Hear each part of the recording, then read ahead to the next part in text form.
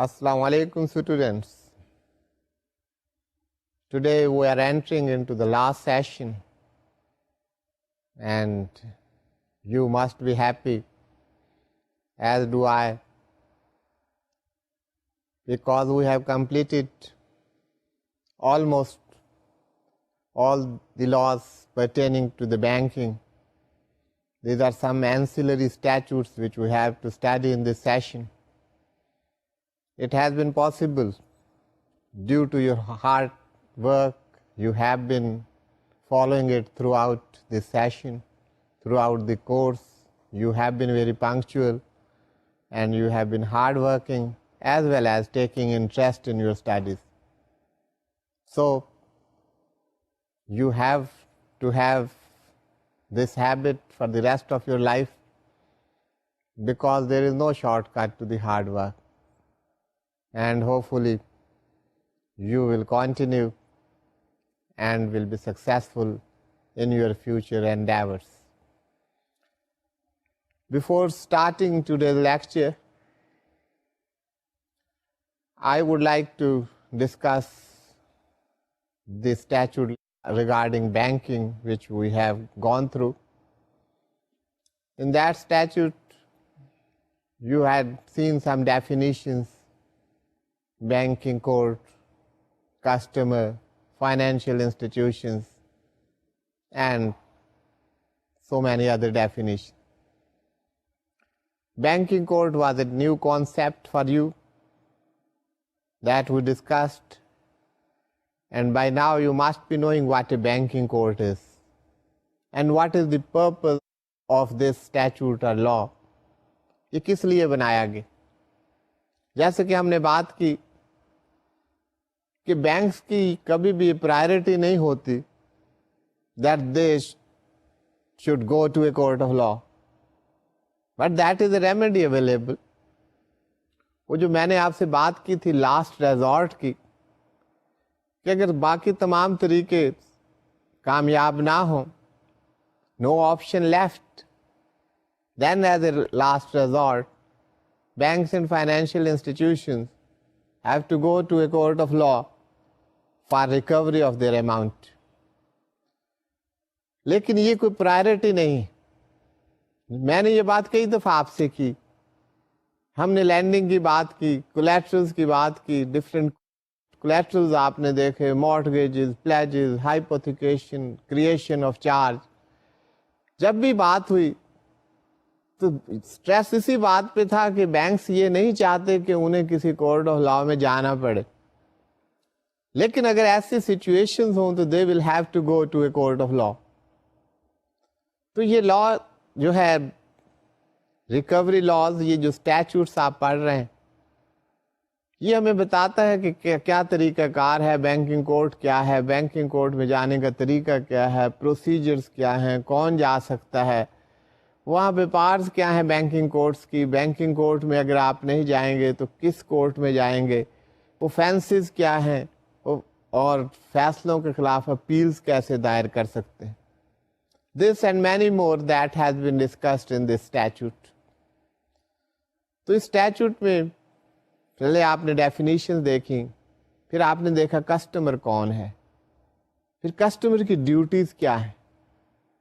Establishment of banking court کی بات ہوئی کہ بینکنگ کورٹ کے اسٹیبلشمنٹ کون کر سکتا ہے. جیسا کہ آپ نے دیکھا this is the domain of the federal government. یہ فیڈرل گورنمنٹ بینکنگ کورٹ سے اسٹیبلش کر سکتا ہے جہاں پہ ضرورت. یہ فیڈرل گورنمنٹ کا اختیار ہے. ہاں، جہاں تک جج آف دی بینکنگ کورٹ کی بات، جج of the banking court that will be appointed by the federal government but after due consultation with the chief justice of the respective high court. یہ جس صوبے میں، جس ہائی کورٹ میں banking court establish ہو رہی ہے، ہائی کورٹ کی جو جورسڈکشن ہے جس ایریا میں، تو وہاں کے ہائی کورٹ سے کنسلٹیشن کے بعد with the chief justice of that high court a judge of the banking court shall be appointed. یہ ججز کی اپوائنٹمنٹ کا طریقہ ہے. تو باقی ان کے terms and every thing those have been taken in to account. تو پارس کیا ہوں گی بینکنگ کورٹس کی، بینکنگ کورٹ کا اختیار کیا ہے، پہلے یہ بات ہے کہ بینکنگ کورٹ ہے کیا.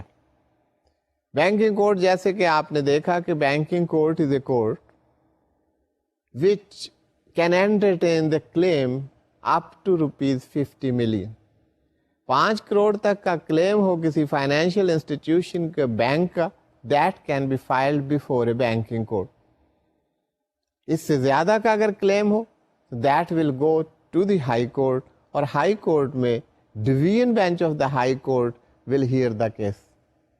ڈویژن بینچ آپ کو بتایا کہ ڈویژن بینچ وہ بینچ ہوگا جس میں 2 جج ہوں گے. تو ہائی کورٹ میں جا سکتے ہیں the cases where the claim is above 50 million, up to 50 million وہ بینکنگ کورٹ کے پاس کیسز جائیں. اب یہ تو ایک سیول لٹیگیشن ہے, that amount is to be recovered. کوئی ڈیفالٹ ہو گیا ہے, کوئی لون پے نہیں کر رہا, کوئی فائنینس پے نہیں کر رہا بورور, تو پھر بینکنگ کورٹ میں آپ جا سکتے ہیں. اب کچھ اوفینسز بتائیں, سے آپ نے کوئی ہائپوتھیکیشن آف اسٹاکس کے اگینسٹ فائنینسنگ کی, وہ اسٹاکس ہی وہاں سے غائب ہو گئے, those stocks are not available, now it is a criminal offence. تو اسی طرح آپ نے ایک لسٹ دیکھی جس میں انہوں نے بتایا کہ یہ اوفینسز ہیں, کوئی فراڈولنٹ ٹرانزیکشنز ہیں, کوئی فراڈولنٹ انٹریز ہیں, یہ تمام اوفینسز آپ کو بتائے گئے. اگر یہ اوفینسز کمٹ کیے ہیں تو پھر بھی ان کی بھی جو ہے ہیئرنگ بینکنگ کورٹ کر سکتی. تو وہ سول لٹیگیشن ہے, یہ کریمنل اوفینس ہے, تو کریمنل اوفینسز کا ٹرائل جو ہے that can be undertaken by the banking court. یہ اس کی ڈومین کی بات ہے, اس کے دائرہ اختیار کی بات ہے, یہ بتایا گیا. ایک اور یہاں پہ کانسیپٹ آپ نے دیکھا, that was the suit for recovery of return of finance. آپ نے دیکھا finances, the banks after following the due procedure اپنے فائنینسز کو رائٹ آف کر سکتے ہیں. اب فائنینس رائٹ آف ہو چکا ہے, اس کی سوٹ فائل ہو رہی ہے کہ یہ ہم نے ریکور کرنا ہے. اب یہ ایک انیوژل سی بات ہے, لیکن that is in special cases. وہ آپ سیکشن 8 دیکھیں گے تو وہاں پر یہ کہا گیا ہے that finances which are written off on political considerations, on political ground and political considerations, تو وہ ان کی ریکوری سوٹ فائل ہو سکتی ہے, and the amount can be recovered. باقی کوئی بزنس کنسیڈریشن پر رائٹ آف ہوئے ہیں تو ان کے لیے سوٹ فائل نہیں ہوگی. those have been written off under business consideration, تو وہ بونا فائڈی جو ہے رائٹ آف ہوئے ہیں, وہاں پر نو سوٹ وڈ لائی. تو کوئی آپ سوٹ فائل نہیں کریں گے. سوٹ وہاں پہ ہوگی, وہاں پر انٹرٹین ہوگی جہاں پر یہ پولیٹیکل گراؤنڈز پر, پولیٹیکل کنسیڈریشنز پر رائٹ آف ہوئے. پھر پروسیجر کی بات ہوئی, what procedure shall be followed by the banking courts. Banking courts کے پاس پہلے بتایا طریقہ کار, پلینٹ فائل کی جائے گی. پلینٹ فائل ہوگی تو وہ سمن جاری کریں گے, نوٹسز دیں گے ٹو دا ڈیفینڈنٹ جن سے ریکوری کرنی ہے. کسٹمر کو ڈیفینڈنٹ جو آپ کہتے ہیں, the person who are obliged to pay that amount, ان کو نوٹسز جاری کیے جائیں گے فرام دا کورٹ, جس کو سمن کہتے ہیں. وہ میڈیا کے تھرو بھی ہو سکتے ہیں, اخبارات کے ذریعے ہو سکتے ہیں, publication of notice through courier, T C S, registered post, اور pasting those notices at distinct places if that person, that defendant or defendants are not available. یہ ایک طریقہ کار ہے how notices are to be served. یہ تمام باتیں جو ہیں یہ پروسیجر میں شامل ہیں, یہ کیا جائے. لیکن اس سے آگے نوٹس کی سروس ہو گئی. اب نوٹس کی سروس کے بعد جو ڈیفینڈنٹ ہے, اب اس کو یہ رائٹ نہیں ہے کہ he has the right to defend himself. میں نے آپ سے کہا کہ یہاں پر ایک بڑی یونیک سی چیز آپ کو نظر آتی. کوئی بھی آپ لٹیگیشن دیکھیں, جہاں بھی آپ نے دیکھا ہوگا, if there is a complaint against anybody, if there is a plaint against someone, if suit is filed against someone, the respondents, the defendants, they have the right to defend themselves. یہ ان کا right ہے, inherent right to defend. لیکن یہ banking کے recovery کے cases میں no right lies to the defendant. وہاں ایک طریقہ کار بتایا گیا کہ the defendant will file an application before the banking court that leave to defend may be granted. کہ مجھے اجازت دی جائے کہ میں اپنے آپ کو ڈیفینڈ کر سکوں، اس کو لیو ٹو ڈیفینڈ کہا گیا. اس بات کی پرمیشن، اجازت دی جائے کہ میں اپنے آپ کو ڈیفینڈ کر سکوں، اور وہ اس میں اپنے پوائنٹس لکھے گا پوائنٹ وائز کہ یہ گراؤنڈز ہیں. These are the grounds on which I want to defend. If banking court is convinced, is satisfied that there are plausible reasons, substantial grounds موجود ہیں جس پر اس کو اجازت دی جائے، یہ لیو گرانٹ کی جائے، تو that can be granted. So students، آپ نے دیکھا کہ یہاں پر as a matter of right he can not defend. یہاں پر اگر leave to defend has been granted by the banking code then he can defend himself. تو یہ ایک یونیک بات ہے، اس پہ ہم بات کر چکے ہیں کہ how it is done and why it is done. پھر سیل آف مارٹگیج پراپرٹی کا کیا طریقہ کار ہے وہ ہم نے بات کی. Attachment before judgment, issuance of injunctions and appointment of receivers, these have been discussed. اس کے ساتھ ساتھ offenses کی ہم بات کر چکے ہیں. there are certain offenses اور اس کے against ٹرائل ہو سکتا ہے. اب یہ تمام بینکنگ کورٹ کی بات ہو رہی. بینکنگ کورٹ ڈیکری ایشو کر سکتا ہے، ڈسیشن دے سکتا ہے، offenses میں ٹرائل کر سکتا ہے. اب right to appeal that exists. The aggrieved party can go to the high court to file an appeal. تو یہ اپیل فائل کی جا سکتی ہے before the high court، اور جیسا کہ ہم دیکھ چکے ہیں that would be before the division bench of the high court. تو یہ ریکوری لاس کی بات ہو رہی تھی by the financial institutions. وہ کیسے اپنے جو ہیں claims outstanding amounts from the defaulters, how they can recover. تو اس کا ایک procedure, banking codes, filing of suits and every thing, وہ ہم نے سارا دیکھا. سو اسٹوڈینٹس، بینکنگ لاز میں ہم نے بہت سارے لاز دیکھے. اب بینکنگ لاز وہ کنسرن لاز تھے، خواہ وہ اسٹیٹ بینک ایکٹ 1956 تھا، یا بینکنگ کمپنیز آرڈیننس 1962 تھا، یا نیگوشیبل انسٹرومنٹ ایکٹ تھا. تو وہ انسٹرومنٹس اور وہ تمام چیزیں بینک سے ان کا نیکسس آپ کو فوری طور پہ نظر آتا. اب کچھ اسٹیچوٹس جو آپ ڈسکس کرنے چلے ہیں، وہ ڈائریکٹلی یا پرائم فیشائی آپ کو آن دا فیس آف اٹ ایسا نظر آتا ہے کہ سب بینکنگ سے کیا تعلق، بٹ دیز آر ریلیونٹ. اس لیے میں ان کو کہتا ہوں these are the ancillary laws. جیسے لمیٹیشن ایکٹ ہے، آربیٹریشن ایکٹ ہے، اسٹیمپ ایکٹ ہے، کانٹریکٹ ایکٹ ہے. یہ بینکنگ کے لیے، بینکنگ ٹرانزیکشنز کے لیے، یا اسٹیک ہولڈرز کے لیے آپ کہیں، یا بینکس کے لیے، اور the persons who are dealing with the banks, یہ سب کے لیے بہت ضروری. جتنے بینک کے ضروری ہیں اتنے بینک کے کسٹمرز کے لیے ضروری. They must know about that. تو سب سے پہلے ہم لمیٹیشن ایکٹ کی بات کرتے ہیں. یہ لمیٹیشن لا کیا ہے؟ Limitation act 1908 that governs it. اس میں ہم دیکھیں گے کہ آبجیکٹ کیا ہے، کانسیپٹ کیا ہے limitation, why limitation act at all.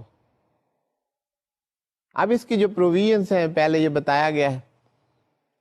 These are to be applied without equitable consideration. Section 1 میں یہ بات کی گئی. سیکشن 3 میں یہ بات کی گئی ہے raising of plea of limitation. یہ کون ریز کر سکتا ہے، کس سٹیج پر ریز ہو سکتا ہے، اس پر بات کریں گے. Restriction of time, limitation period کیا ہے، کتنا ہے. Condonation of delay. اب ہم لمیٹیشن دیکھیں گے تو وہاں یہ بھی دیکھیں ڈیلے کیا ہے، یہ پیریڈ کیا ہے، یہ کس چیز کو کنڈون کیا جا رہا ہے؟ What is the condonation of delay? یہ جو ڈیلے ہے سے کہیں پر اپیل فائل کرنے کا period that is 30 days. Banking court نے ایک ڈیکری پاس کی، آپ اپیل میں جانا چاہتے ہیں، you can go to the high court with in 30 days. اب آپ کو 30 days لیپس ہو گئے، یہ لمیٹیشن پیریڈ. اب آپ you go to the high court after 35 days. اب آپ کو اپلیکیشن دینی پڑے گی کہ یہ جو ڈیلے ہو گیا ہے 5 days کا، اس کو کنڈون کر دیا جائے، اس کو معاف کر دیا جائے، اس کو اگنور کر دیا جائے. اب کورٹ کی ثوابدید ہے، ڈسکریشن ہے کہ if there is a sufficient cause exists and that is to the satisfaction of the court, then the court can condone the delay. But you will have to prove that. جو یہ request کر رہا ہے انہیں یہ prove کرنا پڑے گا. تو کنڈونیشن آف ڈیلے کا یہ کانسیپٹ. لیگل ڈسیبلٹی کیا ہے، اس کے افیکٹ کیا ہے اس لا پہ. ایکسکلوژن آف ٹائم کا کیا کانسیپٹ ہے in computing time of limitation. اس کے بعد یہاں پہ ایک فرسٹ کیجول میں پیریڈ آف لمیٹیشن بتائے گئے ہیں. In different suits what are the period of limitation, those have been discussed. تو یہ لمیٹیشن ایکٹ میں مین پوائنٹس یہ ہیں جنہیں ہم ڈسکس کریں گے. اب لمیٹیشن ایکٹ کا مقصد کیا ہے؟ Why this act? کس چیز کو لمٹ کر رہے ہیں؟ جیسے کہ ابھی میں نے آپ سے بات کی کہ ایک فیصلہ ہوا، اس کی آپ اپیل فائل کرنا چاہتے ہیں. لا نے آپ کو بتایا کہ 30 days کے اندر آپ یہ اپیل فائل کر دیں. تو یہ 30 days کیوں رکھے گئے؟ کہیں جی فیصلہ ہو گیا، جب دل چاہے اپیل فائل کر دیں. نہیں، اس بات کو روکنا چاہتے ہیں. اس کو کیوں روکنا چاہتے ہیں؟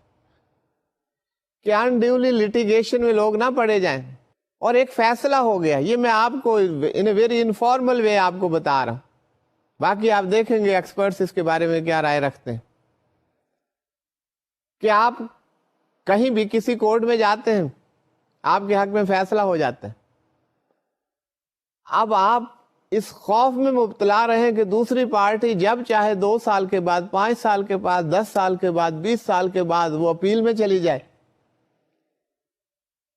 تو آپ کو کیا ریمیڈی ملی؟ اس فیصلے کے بعد اگر کوئی اپیل میں جا سکتا ہے تو آپ کو پتا ہونا چاہیے یہ 30 days میں، 60 days میں، 1 year میں اپیل ہو سکتی ہے اس کی. That matter must close at some point in time تاکہ ریسپیکٹو پارٹیز کو کوئی ریلیف ملے. They may have a sigh of relief کہ litigation ختم ہو گئی، ورنہ یہ ایک ان اینڈنگ پروسیس ہوگا اور آپ جیت کر بھی ہار جائیں گے، اس ایک خوف میں مبتلا رہیں. تو لمیٹیشن ایکٹ سے یہ مراد ہے کہ ڈسپیوٹس جو ہیں وہ کسی گیون ٹائم میں ریزالو ہو جانے چاہیے. اب آپ دیکھیے سلائیڈ پر آپ کے سامنے ہے آبجیکٹس کیا ہے limitation act. It governs the process of litigation. It governs the process of litigation and limits the time after which a suit or other proceedings cannot be maintained and forced in a court of law. یہ جو ہم نے اب بات کی تھی یہ آپ سمجھ گئے ہوں گے. It requires philosophy کیا ہے؟ It requires promptness in the prosecution of remedy because law assists those who are vigilant and not those who sleep over their rights. Rights to seek remedy. Remedy آپ کو ایک موجود ہے، آپ ایک appeal میں جا سکتے ہیں ود ان 30 days اور آپ کہیں نہیں جی ہم تو چلے جائیں گے جب دل چاہے گا. 30 days لیپس ہو گئے، آپ کا رائٹ ختم ہو گیا. So you are not allowed to sleep over your rights. You should be vigilant. If you want to go into appeal, go within 30 days if those are provided. 60 days کا period ہے تو 60 days میں جائیں. تو پہلی تو بات ہے کہ پرومپٹنیس ان دی پروسیکیوشن آف ریمیڈی. ریمیڈی آپ کے پاس ہے, رائٹ ہے. اگر جس کے پاس رائٹ ہے وہ اپنا رائٹ اویل نہ کرنا چاہے تو اس کو کوئی مجبور نہیں کر سکتا. تو آبجیکٹ اس کا یہ ہوا that prosecution to seek remedy within period prescribed by limitation act. اس پیریڈ کے اندر وہ ریمیڈی جو ہے وہ حاصل کرے, اس سے باہر جائیں گے تو اس کو وہ ریمیڈی اویلیبل نہیں ہوگی. اب اس کی یہ فلسفیکل بات, that statute of limitation has been termed as statutes of repose, peace and justice. اگر آپ دیکھیں وہ جو ہم یہ بات کر چکے ہیں, یہ انصاف نہیں ہے کہ ایک فیصلہ ہو گیا ہے, آپ کے حق میں ہو گیا اور آپ کے سر پر خوف کی تلوار لٹک رہی ہے کہ جب دل چاہے اپوزٹ پارٹی آپ کے خلاف اپیل میں چلی جائے. تو اس کے لیے گیون پیریڈ ہونا چاہیے, کوئی لمیٹیشنز ہونی چاہیے. These limitations of time are prescribed. تو اس طرح تو سوسائٹی میں ایک انریسٹ ہوگا. There will not be the peace and justice in the society if no limitation period is fixed. تو یہ کانسٹنٹ انسرٹینٹی جو ہے اس کو ریموو کرتا ہے یہ limitation act, this period of limitation that removes constant uncertainty, doubt and suspicion. اب courts جو ہیں, جیسے ہم نے پہلے بات کی کہ اگر کہیں پر کوئی جسٹیفیبل ریزن ہے تو اگر کوئی ڈیلے ہو گیا تو اس کو کنڈون کر سکتے ہیں. لیکن یہ کوئی ایسی بات نہیں ہے کہ آپ ایپلیکیشن دیں, جی وہ میں ایپلیکیشن نہیں دے سکا, آپ کنڈون کر دیں. every day of delay that will have to be proved that this was the reason on day 1, on day 2, on day 3 and day 4. یہ کوئی جرنلائزڈ ایپلیکیشن نہیں ہوگی. Every day of delay that will have to be proved. And if the court is satisfied that there are plausible reasons, court can condone the delay. یہ court کے پاس پار ہے, but sufficient cause shall have to be shown to the satisfaction of the court to avail this opportunity that the delay may be condoned by the court. تو court اس صورت میں court کے پاس یہ اختیار ہے کہ وہ کنڈون کر سکتی ہے, but you will have to convince the court. So students, اس ایکٹ کے there are two parts. پہلے پارٹس میں کوئی سیکشن ہے, سیکنڈ پارٹ میں اسکیجولز. اصل میں جب آپ لمیٹیشن دیکھیں گے تو آپ کو اسکیجولز میں جانا پڑے گا, وہاں پتہ چلے گا کسی بھی سوٹ کے لیے کون کون سے پیریڈز ہیں, وہ سب ڈیٹیل جو ہیں اسکیجولز میں دیے ہوں. You will have to go in the دا اسکیجولز. ان آرٹیکلز میں اسکیجولز میں requisite period of limitation that has been mention. اب کچھ اسپیشل لاز جیسے banking laws, income tax laws, family laws, یہ اسپیشل لاز. اگر اسپیشل لاز میں کوئی period of limitation that has been prescribed in that statute in that law, then that would prevail. ایک general provision limitation act کی general laws پہ apply ہوں گی, لیکن اگر کسی اسپیشل لا نے کوئی پیریڈ پریسکرائب کر دیا لمیٹیشن کا, دیٹ وڈ فالو. اب آپ ٹیکس لاز دیکھیں, first appeal to the commissioner income tax file with in 30 days. You can go to the income tax appellate tribunal within 60 days and to the High Court within 90 days of that order. تو یہ limitation periods ہیں. یہاں پہ میں یہ بات اس لیے کہہ رہا, since income tax law is a special law and a period of limitation has been prescribed in that law, then that law would prevail, not Limitation Act 1908. Special law would prevail over general law. یہ بات یہاں پہ کی گئی. So students, اب Limitation Act, when a plea of limitation is raised and that is rejected.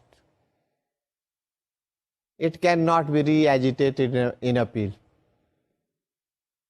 آپ appeal میں جاتے ہیں, آپ کسی کورٹ میں جاتے ہیں, سوٹ فائل کرتے ہیں, دوسری پارٹی کہتی ہے جی this is hit by the limitation, court کہتی ہے نو. آپ اس کے اگینسٹ اپیل میں جاتے ہیں اور پھر وہاں جا کے پھر لمیٹیشن کی بات شروع کر دیتے ہیں, that will not be entertain. یہ کیس لا کے ذریعے آپ کو بتایا گیا ہے کہ اگر ایک دفعہ کورٹ نے لمیٹیشن کا کوشچن جو ہے اس کو ایڈریس کر دیا ہے, اس کو آپ کے پلی کو ریجیکٹ کر دیا ہے, تو آپ اس کو ری ایجیٹیٹ نہیں کر سکتے at higher forums. That can not be done that way. So students, یہ statute of limitation it is a procedural statute. یہ کوئی سبسٹانٹیو لا نہیں ہے, یہ پروسیجرل اسٹیچوٹس ہے کہ پروسیجر سیٹ آؤٹ کرتا ہے, پیریڈ بتاتا ہے. اس کا مقصد یہ نہیں ہے کہ لوگوں کو ان کے رائٹ سے محروم کرنا. آپ یہ کہیں گے کہ کسی کے پاس رائٹ ہے تو یہ لمیٹیشن لگا کر اس کے رائٹ کے اوپر لمیٹیشن لگا دی ہے. نو, جیسے کہ ہم نے دیکھا کہ اس کا مقصد کچھ اور ہے. اس کا مقصد ہے کہ جسٹس, پیس اور ایک پرومپٹنیس ہو, لٹیگیشن انڈیولی پرولونگ نہ ہو. سو یہ کانسیپٹ آپ دیکھیے سلائڈ پر. Statute of limitation is a procedural statute. Its application does not always mean to usurp or help usurp a right. کسی رائٹ کو اسرپ نہیں کیا جا رہا, اس کو نہیں ہڑپ کیا جا رہا. It rather operates on the principle that if a claimant waived his right or was not serious and rather indolent so as to have accused, he will be hit by the doctrine of limitation. ان الفاظ سے مت گھبرائیے گا. یہاں پر بات یہ کی گئی ہے کہ ایک آپ کے پاس رائٹ ہے. Say you have the right to go into appeal. آپ یہ فیصلہ کرتے ہیں کہ نہیں مجھے اپیل میں نہیں جانا چاہیے, and you don't go in to appeal. تو یہ تو آپ کا رائٹ تھا, آپ اسے ایکسرسائز کریں یا نہ کریں, that is up to you. اس میں کوئی نا انصافی تو نہیں ہے, اس میں سے آپ کو آپ کے رائٹ سے محروم تو نہیں کیا گیا, یا آپ اعلان نہیں کرتے, آپ یہ رضامندی شو کرتے ہیں, آپ کی خاموشی, آپ کا ان ایکشن یہ شو کرتا ہے کہ you are not interested to avail that right. آپ نے اپنے رائٹ کو ویو کر دیا. If you waive your right, if you don't avail your right, تو لمیٹیشن پیریڈ جو ہے اس کے ایکسپائر ہونے کے بعد آپ دوبارہ یہ نہیں کہہ سکتے no now I want to avail my right. تو that's chapter must be closed at some point in time. اس litigation کو, اس کو ایک کسی پوائنٹ پر ختم ہونا ضروری ہے, اور وہ limitation act صرف وہی کر رہا ہے. That is in fact providing justice, not a hurdle in the way of justice. It is not obstructing justice, but it is a way towards justice. تو یہ بات ہو رہی ہے یہاں پہ. Concept of law کیا ہے؟ Limitation. The concept of law is only that the authority created or appointed for helping a claimant, وہ بینکنگ کورٹ ہو یا کوئی اور, in such situation will not help if the claimant, knowing the position of law, does not ask for it within the prescribed period. In so many words, وہی بات ہم کر رہے ہیں in different words کہ یہ کانسیپٹ کیا ہے, آبجیکٹ کیا ہے. تو یہ تمام باتیں آپ کے سامنے آ گئی ہیں. اب آپ کو پتہ چل گیا ہوگا کہ لمیٹیشن ایکٹ کیوں ضروری. لمیٹیشن ایکٹ کا اگر آپ کو کانسیپٹ سمجھ آ گیا تو آپ کو یہ بتانا تھا کہ لمیٹیشن ایکٹ بہت ضروری ہے, بینکنگ میں بھی بہت ضروری. نیگوشیبل انسٹرومینٹس, آپ نے لون دیے ہوئے, آپ سے مراد ہے بینک, آپ اس کی ریکوری کرنا چاہتے ہیں, 3 years period has elapsed and you didn't file a suit before the banking court. 3 سال گزر گئے ہیں, آپ نے ریکوری کے لیے سوٹ فائل نہیں کی, ڈیفالٹ کر گئے.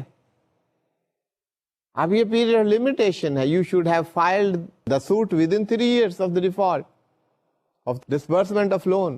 ڈفرینٹ سچویشن ہے, نیگوشیبل انسٹرومنٹ کو کیسے ٹریٹ کریں گے, باقی کیا ہوگا, وہ پیریڈ سب آپ کو اسکیجول میں مل جائیں گے. اب یہ جو لمیٹیشن پیریڈ ہے, اس میں آپ نے سوٹ فائل نہیں کی, وہ لمیٹیشن پیریڈ ایکسپائر ہو گیا, آپ کا رائٹ ختم ہو گیا ہے ٹو فائل دا سوٹ. میں جو آپ کو بتانا چاہ رہا ہوں کہ آپ دیکھیے کہ بینکرز کے لیے کتنا امپورٹنٹ ہے limitation act.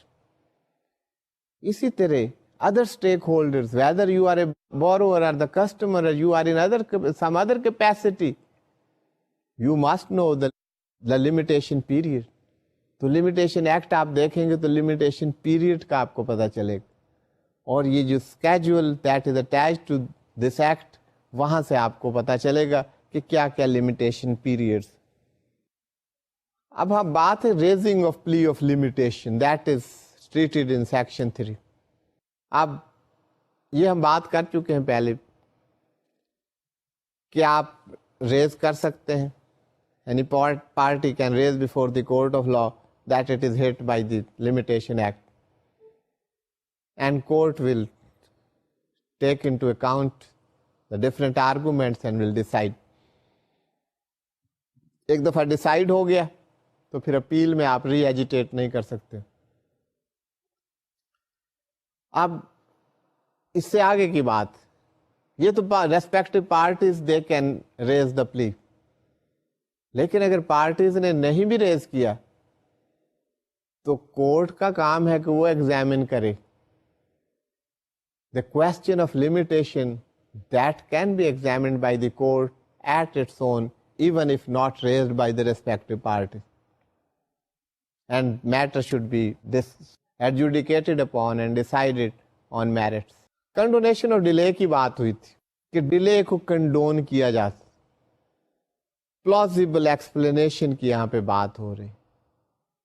If to the satisfaction of the court the explanation is given that there is a delay and that should be condoned, that can be. Sufficient cause کس کو کہتے ہیں؟ This is the word which I have used already. It is a genuine or good cause because that is beyond the control of the party, unavoidable despite care and attention. انہوں نے care بھی کی, attention بھی کی, یہ cause ایسی ہے کہ ان کے کنٹرول سے باہر تھی اور ڈیلے ہو گیا. ایسے ہی اگر کوئی ریزن ہے تو وہ سفیشینٹ کاز ہے, وہ پلازیبل ایکسپلینیشن ہے, اور کورٹ اگر سمجھتی ہے according to the satisfaction of the court that reason is given, the court can condone that delay. اس کو کنڈونیشن آف ڈیلے کہتے. کون سی کازز سفیشینٹ کازز ہو سکتی ہیں؟ abnormal conditions of the country. Conditions ایسی تھی کہ وہ موومنٹ ہی نہیں ہو سکتی تھی, اس کا کورٹ تک پہنچنا ہی مشکل تھا. اسٹرائکس ہو گئی, ٹرانسپورٹ نہیں چل رہی, تمام آفیسز بند. اگر you can prove that on that day ایسے سرکمسٹانسز تھے, I couldn't make the application. Disturbed state of a country, اسی میں یہ بات آ جاتی ہے. Judgment announced in the absence of the party, جس کو ہم کہتے ہیں لیگل لینگویج میں کنڈیمڈ انہرڈ. دوسری پارٹی موجود ہی نہیں تھی, وہ فیصلہ ہو گیا, انہیں اس فیصلے کا پتہ ہی نہیں کہ ہمارے خلاف فیصلہ ہو گیا, تو وہ اپیل کس بات کی فائل کریں؟ If you can prove that, the court will take notice of it. ان کے تو بس میں نہیں تھا کہ اپیل فائل کرتے, ان کے اگینسٹ تو پیریڈ آف لمیٹیشن سٹارٹ نہیں ہو سکتا. پرسن انٹائٹل ٹو نوٹس, اس کو نوٹس دیا جانا چاہیے تھا. لا کے مطابق the notice should have been served upon that person and that notice was not served. اور یہ وہ پروو کریں جی مجھے تو کوئی نوٹس ہی نہیں ملا. تو ایسی کازز سفیشینٹ کازز ہو سکتی اور ان پر ڈیلے کو کنڈون کیا جا سکتا ہے, of course by the court of لا. یہ ججمنٹ کورٹ آف لا کی ہوگی کہ وہ کنڈون کرتے ہیں یا نہیں کرتے. اس کے علاوہ لیگل ڈسیبلٹی کوئی ہو, اور بہت ساری سچویشنز بتائی گئی ہیں کہ یہ ٹائم کہاں سے شروع ہوگا. Time will run against a person. This time when it will start. Starting time. Say, you can file an appeal from the date the notice is served upon you. جس دن آپ کو نوٹس ملا ہے اس دن سے یہ کاؤنٹنگ شروع ہو جائے گی. Say 30 days are available to you. تو اس دن سے 30 days کاؤنٹ ہوں گے. یا ایکسکلوژن کی جو بات کر, exclusion of time in legal proceedings, application دینے میں اور اس میں جو ٹائم لگ گیا ہے اس کو ایکسکلوڈ کر دیا جائے گا. سیکشن 12 میں یہ بات کی گئی. Exclusion of time of ڈیفینڈنٹس absence from Pakistan. وہ یہ کہے جی میں تو پاکستان سے باہر تھا اور میرے نوٹس میں نہیں تھا, تو میں یہ سب کچھ نہیں کر سکتا. اگر یہ پروو ہو جائے اور کورٹ سیٹسفائی ہو تو وہ ٹائم ایکسکلوڈ کیا جا سکتا ہے. Exclusion of time of proceedings bona fide in court without jurisdiction. کسی ایسی کورٹ میں فائل ہو گیا جس کی جورسڈکشن نہیں تھی اور اس کورٹ نے اس کو انٹرٹین کر لی, تو یہ جو ٹائم ہے اس کو ایکسکلوڈ کر دیا جائے گا. اسی طرح اور جو مختلف ٹائمنگ جو دیے ہوئے ہیں ان کو ایکسکلوڈ کر دیں. تو یہ limitation act, this is a very important act, اور اس پرسپیکٹو میں آپ نے دیکھنا ہے. اسکیجول میں تمام ڈیٹیلز دی ہوئی ہیں and we can refer to that schedule. So students, limitation act کے ساتھ ساتھ اسٹیمپ ایکٹ کی بات ہے کہ اسٹیمپس آپ نے فکس کرنی ہوتی ہیں, کتنی کرنی ہے, کیسے کرنی ہے. تو اسٹیمپس بہت سارے آپ کے ٹرانزیکشنز ہوتی ہیں, وہاں آپ نے اسٹیمپس فکس کرنی. اب یہ اسٹیمپ ایکٹ 1899 آپ کو بتاتا ہے کہ یہ اسٹیمپس آپ نے کیسے فکس کرنی ہے, کہاں پہ کرنی ہے, کتنی کرنی ہے, ان کا فکس ہونا ضروری ہے. کہیں پیمنٹ ہو رہی ہے, آپ دیکھتے ہوں گے ریونیو اسٹیمپ فکس کی جاتی ہے, آپ کو پیمنٹ کی جا رہی ہے, اس پر سائن لیے جا رہے ہیں. کہیں آپ نے ٹرانسفر آف پراپرٹی کرنی ہے, اس کے اوپر اسٹیمپس ہوتی ہیں. کہیں پر ایڈہیسو اسٹیمپس ہوتی ہیں, اس کے اوپر لگی ہوتی ہیں اسٹیمپس. تو یہ اسٹیمپ ایکٹ گورن کرتا ہے کہ کس ٹرانزیکشن پر کتنی اسٹیمپس لگنی. تو یہ ساری چیزیں اسٹیمپ ایکٹ میں ڈیل ہوئی ہیں. کیونکہ بینکس میں بھی بہت سارے ڈاکیومنٹس آتے ہیں, بینکس کو پتہ ہونا چاہیے جی ہم پیمنٹ کر رہے ہیں, یہاں پر اسٹیمپس ہوگی. ہم نے لون دیا ہے, پرومسری نوٹ لے رہے ہیں, اسٹیمپس لگیں گی, کتنی لگیں گی. تو یہ سب دیا ہوا اسکیجول میں اسٹیمپس کتنی لگیں گی, کیا ہوگا, that is provided in, and bankers must know that. تو اس اسٹیمپ ایکٹ میں بھی ڈیفینیشنز ہیں مختلف.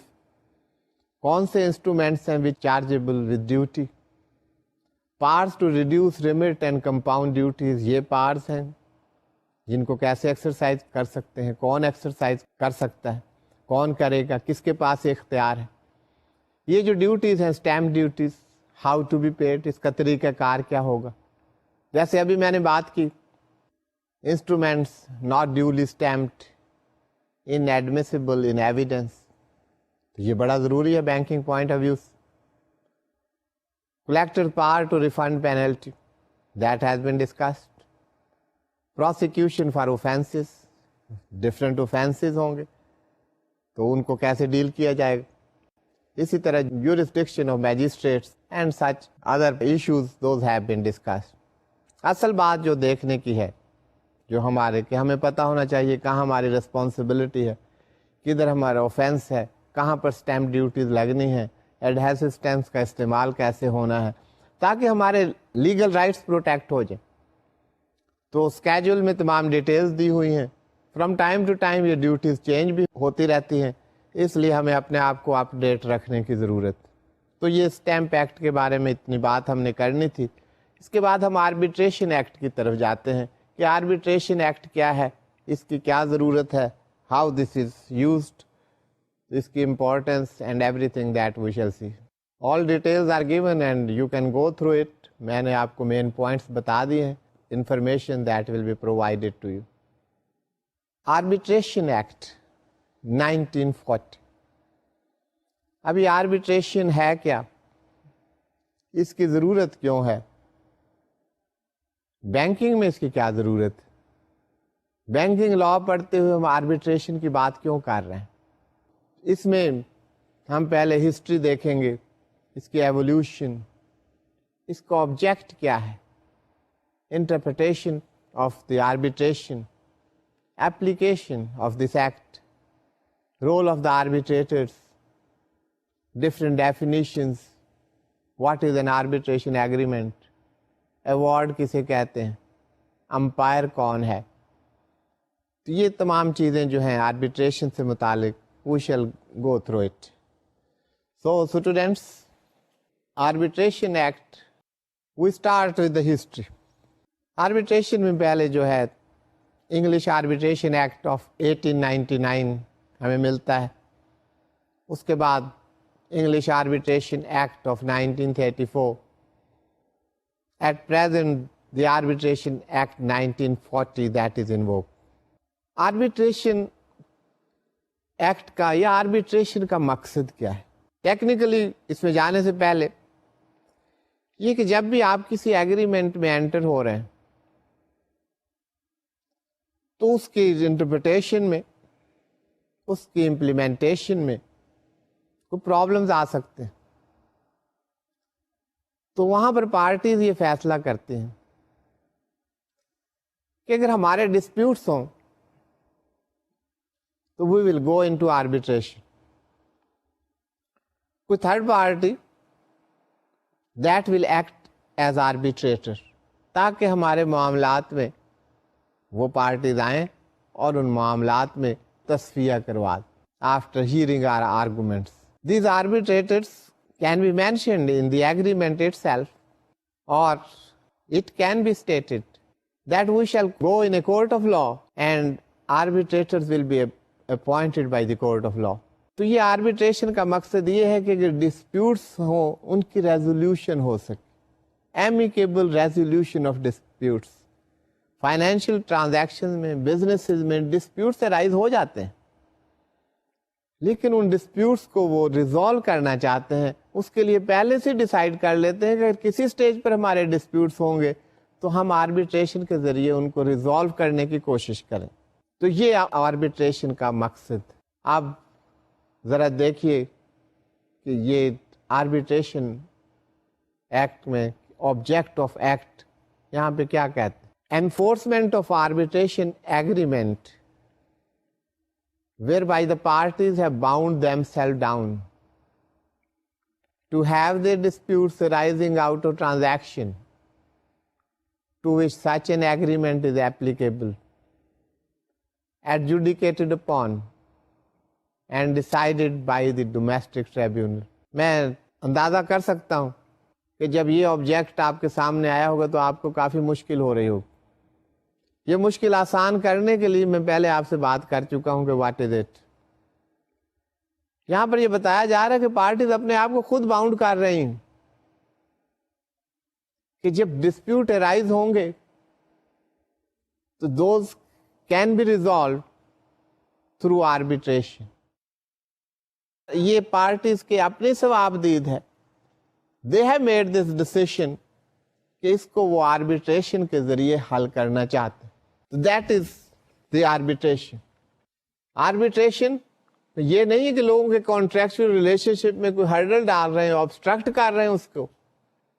Arbitration act does not restrict the contractual rights of the parties. It only gives effect to the choice of the parties as regards to the forum to which their dispute shall be taken. یہ arbitrator کا forum انہوں نے خود choose کیا ہے. یہاں پر کوئی obstruction نہیں ہے، نہ کوئی کانٹریکچوئل رائٹس کے درمیان کوئی ہرڈل ہے. Parties themselves have decided it. Arbitrators, those will be appointed by the respective parties themselves, or those can be appointed through courts of law. Arbitration agreement آپ سمجھ سکتے ہیں، جو agreement وہ written agreement ہوگا for arbitration, that will be called arbitration agreement. Award جو فیصلہ arbitrators دیں گے اس کو award کہا جاتا ہے. That is called award. اسی طرح یہاں پر ایک امپائر کا بھی کانسیپٹ، اب دو آربیٹریٹرس ہیں، ریسپیکٹو پارٹیز کو ریپرزینٹ کر رہے ہیں، ان میں اختلاف آ جاتا، فیصلہ تو نہیں ہو سکتا، then that will be refer to the third party. وہ جو تھرڈ پارٹی ہے اس کو امپائر کہا جاتا ہے انڈر آربیٹریشن ایکٹ 1940. سو اسٹوڈینٹس، یہ آربیٹریشن سے متعلق technical and other aspects, powers of the arbitrator, awards to be signed and filed, power of the court to modify award اگر کورٹ نے آربیٹریٹرس کو اپوائنٹ کیا ہے. اسی طرح یہ تمام معاملات جو ہیں those have been discussed in the arbitration act. یہاں پر میں آربیٹریشن کو ختم کر رہا ہوں. آپ کو صرف یہ بتانا تھا کہ بینکنگ ٹرانزیکشن میں آربیٹریشن ایکٹ کی بہت امپورٹنس. جہاں پر آپ کے پرابلم ہو تو arbitrators can be appointed and these matters can be resolved through negotiation. تو یہ آربیٹریشن کر سکتے ہیں، وہاں پر آپ کا رائٹ ختم نہیں ہو گیا کہ آربیٹریشن میں اگر آپ کورٹ آف لا میں جانا چاہتے ہیں تو that rights remain with you. تو یہ آربیٹریشن بینکنگ ٹرانزیکشن میں بھی بہت ضروری. اسٹوڈینٹس، اس پر ہم پہلے بھی بات کر چکے ہیں کہ کانٹریکٹ ایگریمنٹس، ان کی بینک میں بڑی importance. You need to know the basic points of the Contract Act 1872. Contract ہے کیا، پہلی بات یہ، اور یہ ضروری کیوں ہے، اس سے بھی پہلے یہ بات کرتے ہیں. یہ ہم بات کر چکے ہیں جب آپ نے بینکرز کسٹمر ریلیشن شپ کی بات کی تھی، تو وہاں پر ہم نے بات کی تھی کہ basic relationship between bankers and customer is a contractual relationship between them. تو کانٹریکٹ کیا ہے؟ That is an agreement enforceable at law. Agreement کیا ہے؟ آپ کو بتایا کہ agreement, a promise with consideration is agreement. اور promise کیا ہے؟ Promise, there is an offer and acceptance thereof is a promise. اب یہ promise with consideration becomes agreement. ایک promise ہے، اس میں اگر consideration ہے that becomes agreement. پھر یہ ہے کہ social promises those don't lead to agreements. Enforceable rights نہیں ہوتے، وہاں پر کانٹریکچوئل لائبلٹیز کریٹ نہیں ہوتی، کیونکہ کانٹریکٹ آپ کو پتا ہے contract is an agreement enforceable at لا.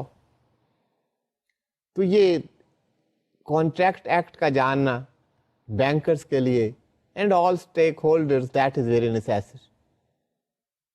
اب agreement, promise and all that, consideration کیا ہوتی ہے، void agreements کیا ہیں، تو یہ تمام چیزیں you must know. تو بینکرز کے لیے even at the time of the opening of account it is very necessary that they must know that they are entering into an agreement and they are entering into a contract and that is enforceable. اب valid contract کون سا ہے؟ Valid contract میں کیا کیا چیزیں ہوں گی؟ What are the essentials of a valid contract? Valid contract میں offer and acceptance that must create legal relationship, legal consideration, competent parties and there must be free consent of parties. یہ basic elements ہیں جو ہونے چاہیے. Competent parties ہیں کہ نہیں؟ آپ کے پاس کوئی مائنر آ جاتا ہے، a person of unsound mind comes to you, by you I mean that you are a banker, and asks to open the account. آپ اس سے کانٹریکچوئل obligation میں انٹر ہو سکتے ہیں یا نہیں، کانٹریکچوئل ریلیشن شپ میں انٹر ہو سکتے ہیں یا نہیں، you must know that. تو اس وجہ سے کانٹریکٹ ایکٹ کے مین انگریڈینٹس، پوائنٹس، اس سے جو کا جاننا to understand that is very much necessary for a banker. اب یہ کمپیٹنٹ پارٹیز کون ہیں، اس کے متعلق جاننا that is very important. Free consent ہونی چاہیے. فری کانسینٹ کون سی consent which is not caused by coercion, undue influence, fraud, misrepresentation. تو ان کانسیپٹس کا جاننا اسٹوڈینٹس بہت ضروری ہے. So with that we come to the end of the ancillary statutes. Now just have a glimpse of the course which we have covered. This is the journey through the course we have gone through. It comprises 12 modules. Those are before you: legal system of Pakistan, financial system and banking, evolution of banking, Banking Companies Ordinance 1962, then different concepts, details, those are given, those are before you. Banker-customer relationship, we studied at length. Types of the customer's account, we studied. Law relating to the negotiable instruments, designing of legal documents, and ancillary statutes. So students, this is we have covered, and I have all appreciation for you. Throughout the course, you had to work very hard. You remained with me.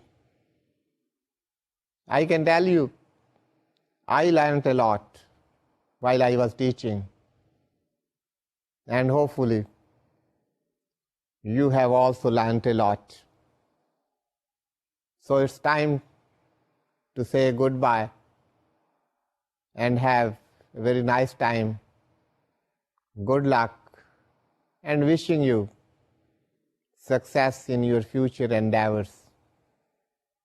Thank you for being with me throughout the course. Allah Hafiz.